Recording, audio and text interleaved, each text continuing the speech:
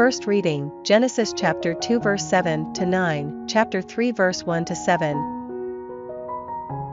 Yahweh God shaped man from the soil of the ground and blew the breath of life into his nostrils, and man became a living being. Yahweh God planted a garden in Eden, which is in the east, and there he put the man he had fashioned. From the soil, Yahweh God caused to grow every kind of tree, enticing to look at and good to eat, with the tree of life in the middle of the garden, and the tree of the knowledge of good and evil.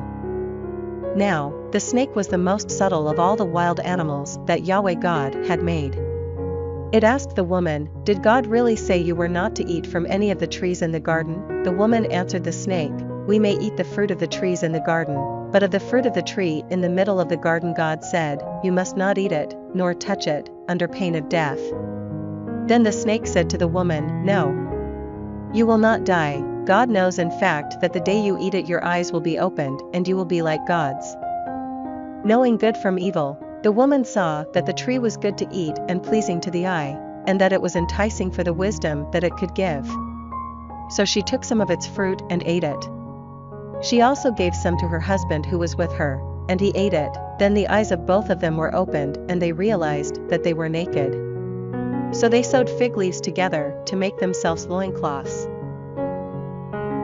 Responsorial Psalm, Psalms chapter 51 verse 3 to 4, 5 to 6, 12 to 13, 14, 17.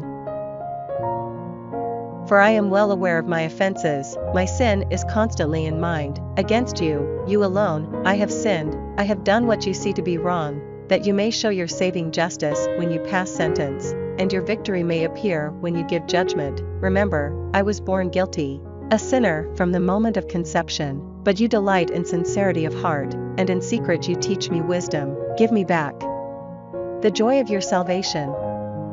Sustain in me a generous spirit. I shall teach the wicked your paths, and sinners will return to you. Deliver me from bloodshed, God, God of my salvation, and my tongue will acclaim your saving justice. Sacrifice to God is a broken spirit, a broken, contrite heart you never scorn. Gospel, Matthew chapter 4 verse 1 to 11. Then Jesus was led by the Spirit out into the desert to be put to the test by the devil. He fasted for 40 days and 40 nights, after which he was hungry, and the tester came and said to him, "If you are Son of God, tell these stones to turn into loaves." But he replied, "Scripture says, human beings live not on bread alone, but on every word that comes from the mouth of God." The devil then took him to the holy city and set him on the parapet of the temple.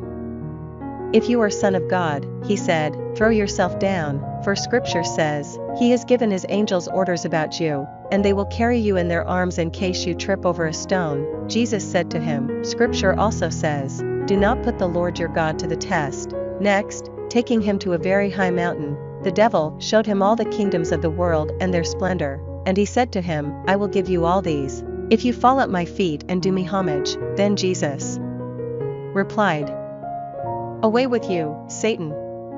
For Scripture says, the Lord your God is the one to whom you must do homage, him alone you must serve." Then the devil left him, and suddenly angels appeared and looked after him. Second reading, Romans chapter 5 verse 12 to 19. Well then, it was through one man that sin came into the world, and through sin death.